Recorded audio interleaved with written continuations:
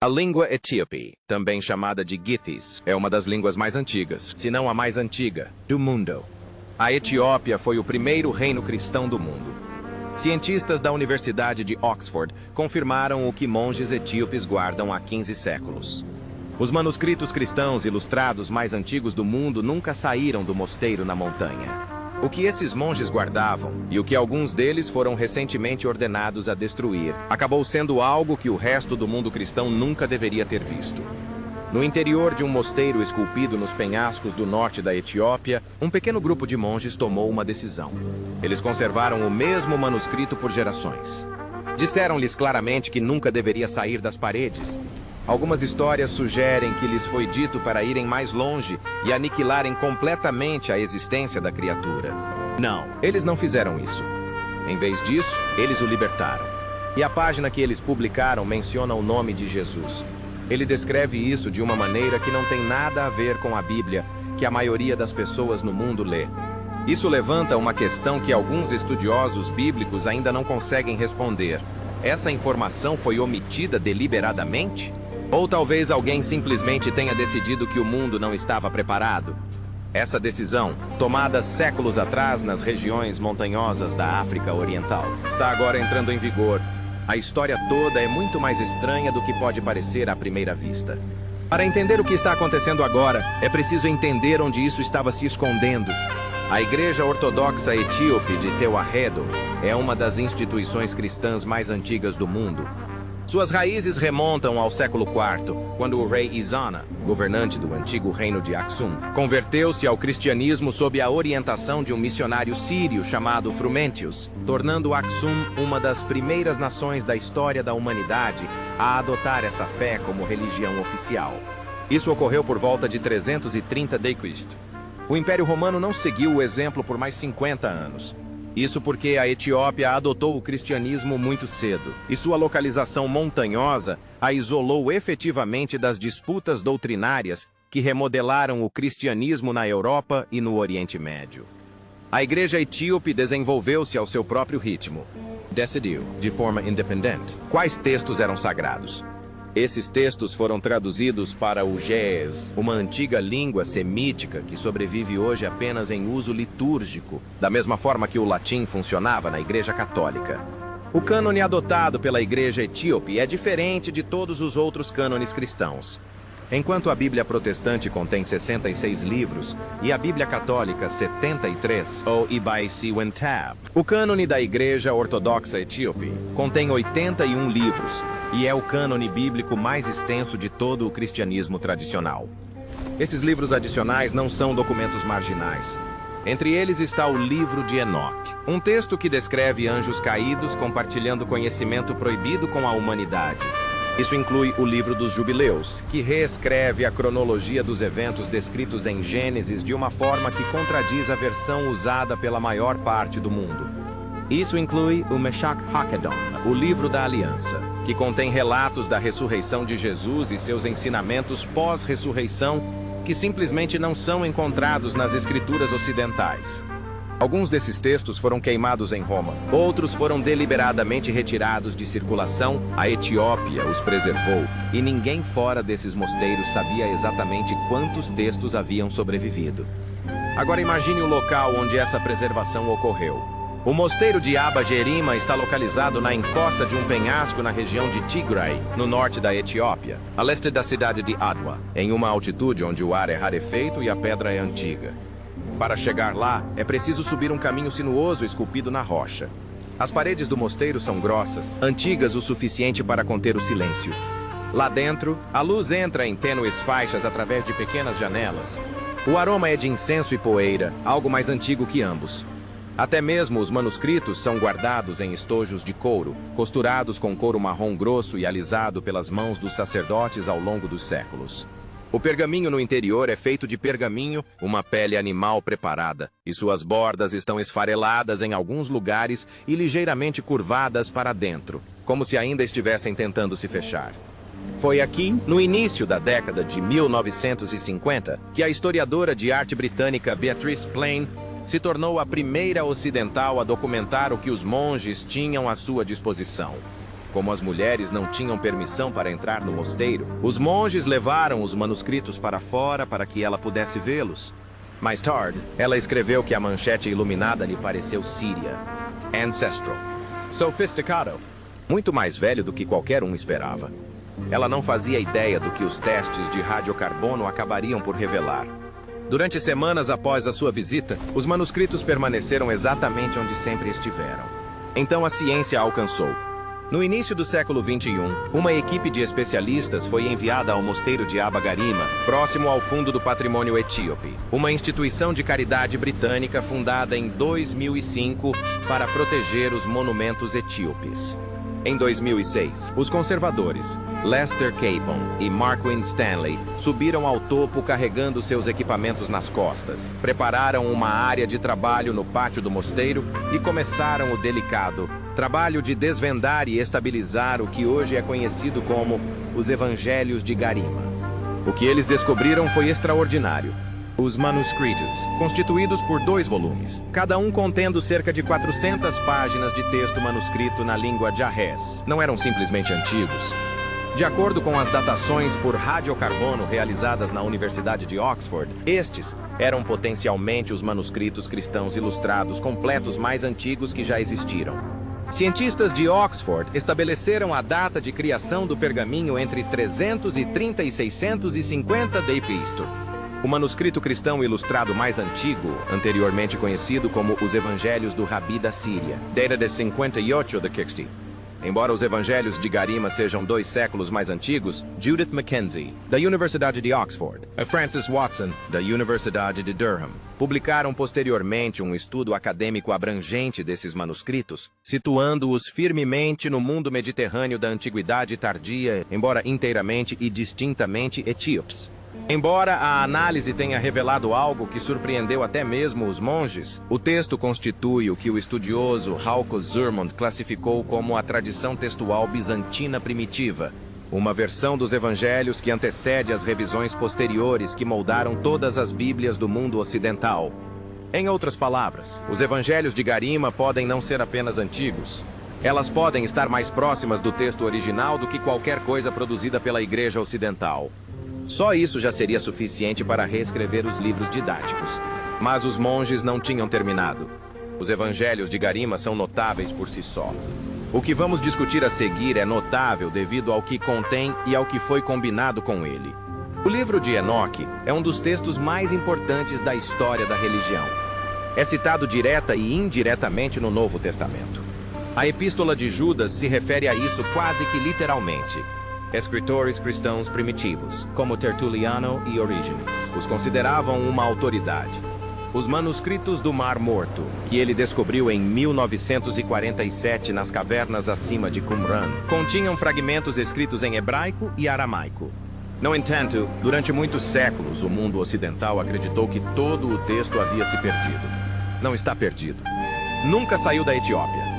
Monges etíopes preservaram o livro de Enoque na íntegra em Ge'ez, copiado e reescrito à mão ao longo dos séculos. Em 1773, o explorador escocês James Bruce trouxe 3 cópias do manuscrito etíope completo para a Europa. Mesmo assim, a maioria dos teólogos ocidentais rejeitou a ideia, considerando-a uma invenção medieval. Somente os manuscritos do Mar Morto provaram que a tradição etíope havia protegido a autenticidade desse objeto ao longo do tempo. A questão que permanece é por que o restante do cristianismo abandonou essa religião. A resposta aponta diretamente para o que torna essa história desconfortável. O livro de Enoque descreve os vigilantes, anjos que desceram à terra para ensinar à humanidade artes proibidas. Ele e seus descendentes se tornaram a fonte de violência e corrupção no mundo. Descreve também a vinda de uma figura chamada Filho do Homem, o juiz divino que virá no fim dos tempos. Os primeiros cristãos entenderam isso como uma referência direta a Jesus. O texto utiliza termos referentes a essa figura que a igreja posterior considerou perigosos. Isso sugeria conhecimento, poder e autoridade cósmica que existiam antes de qualquer estrutura institucional, qualquer hierarquia e qualquer igreja. Esse era o problema. A tradição de Enoque não precisava de um sacerdote. Não havia necessidade de criar nenhuma instituição. Ele descreveu uma conexão direta entre a humanidade e a divindade que transcendia quaisquer estruturas erguidas pela Igreja.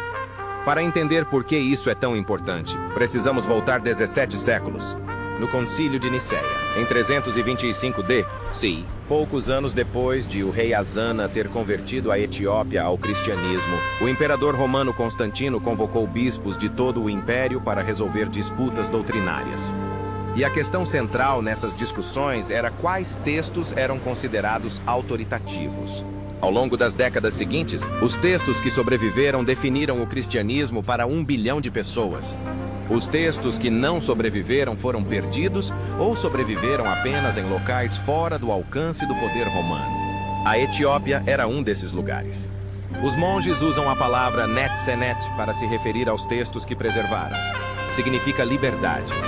Eles não esconderam esses textos, mas os mantiveram em segurança. Se você acha que vale a pena explorar essa história, curtir este vídeo ajudará muito o canal a continuar desvendando esses mistérios. Agora vamos ao que interessa, conforme o título. Um site que teria sido destruído, mas essa informação não foi verificada de forma independente por publicações revisadas por pares. O Meshafa Kidon, ou Livro da Aliança, é um dos textos exclusivos do cânone etíope. Pertence a uma categoria de escritos chamada Livros da Ordem da Igreja. 8 textos adicionais incluídos no Novo Testamento em língua etíope, que não tem equivalente no cristianismo ocidental. O Evangelho de Mesafá Sidon contém, entre outras coisas, uma descrição do período pós-ressurreição, ou seja, as semanas após o esvaziamento do túmulo. Essa descrição vai muito além de qualquer evangelho canônico e descreve o que Jesus supostamente ensinou naquela época. Na versão preservadas pelos monges etíopes, Jesus não apenas aparece, mas também abençoa seus discípulos e ascende ao céu. Permanece. Ensina e levanta questões que os evangelhos canônicos não respondem. Descreve a natureza da divindade. O texto alerta claramente sobre o que acontecerá com esses ensinamentos quando caírem nas mãos de instituições. Este aviso, que os monges acreditam ter sido o motivo pelo qual certas autoridades da igreja quiseram remover a página, é o que torna esta passagem em particular tão explosiva. No entanto, a redação exata dessa passagem não foi publicada em uma tradução acadêmica certificada. O que foi relatado? Os monges, que conversaram com jornalistas e estudiosos independentes desde o final de 2024, determinaram que a passagem descreve Jesus, alertando seus seguidores de que seus ensinamentos seriam restringidos, editados e preservados seletivamente por aqueles que viessem depois. Que a versão de suas palavras que chegará às gerações futuras seja moldada não apenas pela fé, mas também pelo poder. E é aqui que a história se diverge. Um caminho leva à explicação convencional. A segunda opção leva a algo muito mais desconfortável. A explicação convencional, esse tipo de narrativa que ensina sobre a ressurreição, era comum no início do cristianismo. Existiam dezenas de textos, muitos deles encontrados entre os manuscritos de Nag Hammadi, descobertos no Egito em 1945, que descreviam longas conversas entre Jesus ressuscitado e seus discípulos.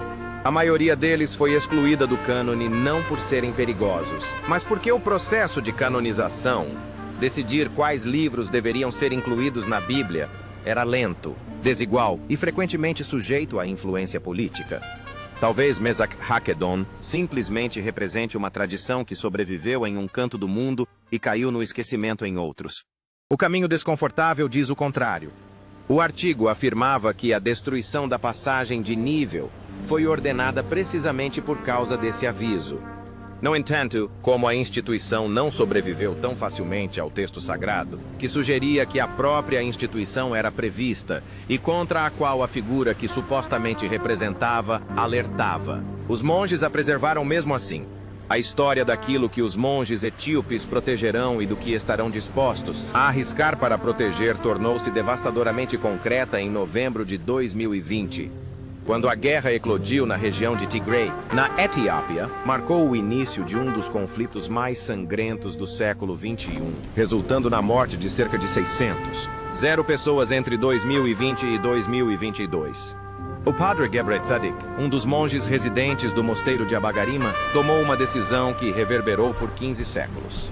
Sob o manto da noite, pela primeira vez na história, ele retirou o evangelho de Garima do mosteiro. Ele os carregou em estojos de couro pelas escadas de pedras sinuosas do mosteiro e os escondeu durante a noite. Ele não contou a ninguém onde. 2 semanas depois, as tropas eritreias chegaram ao mosteiro. Eles levaram o que puderam: celulares, gado, suprimentos de grãos, equipamentos agrícolas. O que eles não puderam tomar, destruíram. Nos 2 anos seguintes, os soldados trataram a Bagarima como uma base militar. Dias antes da assinatura do acordo de paz, as forças em retirada mataram 113 civis nas proximidades. Seus corpos permaneceram onde caíram. Os evangelhos de Garima sobreviveram, escondidos, à espera. Quando o padre Gebre Tzadik devolveu os manuscritos após o Tratado de Paz, ele descreveu a experiência de uma forma que transcendia o contexto militar e político. Ele acrescentou que esses textos haviam sido ocultados anteriormente, possivelmente por séculos, durante invasões anteriores, e foram redescobertos acidentalmente mais tarde. Ele disse que o mosteiro sempre entendeu que o conhecimento, para sobreviver, às vezes precisava desaparecer por um tempo. Os dados eram claros. As consequências foram completamente diferentes. Porque se textos já foram ocultados e redescobertos antes, se algo do que a Etiópia preservou sobreviveu uma segunda ou terceira vez, então a questão não é apenas sobre o que foi salvo. A questão é o que se perdeu entre os sobreviventes, quais locais não sobreviveram à última guerra ou à anterior, e se algum desses locais continha informações que mudariam completamente as crenças do mundo. Vamos nos deter por um momento em manuscritos individuais. Vamos, então, analisar mais de perto o que a Etiópia representa na história mais ampla da religião. Cada tradição que transmitia textos cristãos fazia escolhas. Uma seleção de textos considerados de referência. Uma seleção de descrições de Jesus que são teologicamente úteis. A escolha que o mundo acabará por fazer e qual Jesus ele conhecerá. Essas escolhas foram feitas ao longo dos séculos, em concílios e sínodos, em Niceia, Cartago, Laodiceia, principalmente no mundo romano, e em grande parte filtradas por pressupostos políticos e culturais romanos. Os textos que sobreviveram a esse processo contam uma história coerente. Eles defendem uma compreensão específica de autoridade, salvação e da relação entre o humano e o divino. A Etiópia tomou decisões diferentes, e os textos que sobreviveram a essas decisões contam uma história mais complexa. Alguns estudiosos, incluindo aqueles especializados na tradição judaica do Segundo Templo, o mundo em que Jesus viveu, argumentam que o cânone etíope contém algo que é, na verdade, mais antigo do que o produzido pelos romanos. Não se trata de uma invenção, nem de uma criação medieval, mas sim de uma camada anterior do cristianismo. Uma camada na qual os limites entre o que é canônico e o que é apócrifo, entre o que é aceitável e o que é proibido, ainda não haviam sido definidos. Eles se baseiam na tradição de Enoque e no início do cristianismo judaico, que entendia a divindade de uma maneira que mais tarde foi considerada herética. Eles destacam a vasta quantidade de material que os monges etíopes preservaram, enquanto o resto do mundo o queimava. Uma teoria controversa é que a página que os monges foram ordenados a destruir contém algo ainda mais detalhado. Uma descrição da crítica explícita de Jesus ao mecanismo da autoridade religiosa, ou seja, ao próprio sacerdócio. Se essa interpretação estiver correta, trata-se do conceito de uma instituição humana que serve de mediadora entre o divino e o indivíduo. Representa uma mensagem profundamente anti-institucional no cerne da instituição mais poderosa do mundo. Isso não é apenas teologicamente constrangedor, mas também representa uma ameaça existencial para qualquer organização que tenha passado 2.000 anos construindo legitimidade com base na alegação de que representa fielmente Jesus. É claro que existem explicações mais simples para a omissão dessa passagem, pelo mesmo motivo que centenas de textos cristãos primitivos foram omitidos. Não porque alguém estivesse tentando esconder isso, mas porque o processo de formação do cânone era caótico, incompleto e inconsistente. Os textos etíopes não são secretos na prática. Os cientistas têm conhecimento de sua existência há décadas. O livro de Enoque foi publicado em tradução para o inglês em 1821. Mesak Hakedem está disponível em círculos acadêmicos há anos. No entanto, a página específica, a passagem específica que descreve esse aviso, permanece sem tradução em qualquer publicação revisada por pares. Os monges não revelaram o texto completo, e essa reticência, depois de tantos riscos que correram para preservá-lo, levanta uma questão que tira o sono de estudiosos mais reservados. Se não for perigoso, por que esperar? Em algum lugar no norte da Etiópia, em um mosteiro que sobreviveu à guerra, os evangelhos de Jerima retornaram às suas caixas de couro. As páginas ainda estão frágeis, a tinta ainda legível. A escrita Ge'ez flui pelo pergaminho como há 500 anos, alheia a tudo o que aconteceu ao seu redor. Esses manuscritos sobreviveram ao reino em que foram escritos. Eles sobreviveram a invasões medievais, colonizadores italianos e à guerra civil. Provavelmente ficaram escondidos em uma caverna durante muitos séculos e depois foram redescobertos. Eles foram carregados escada abaixo, sob a proteção da escuridão, e levados de volta quando os tiros cessaram. Eles sobreviveram porque um grupo de homens, monges que dedicaram suas vidas a essa tarefa específica, decidiu que a sobrevivência deles era mais importante do que a própria segurança. Este é o momento em que a história se torna algo maior do que manuscritos.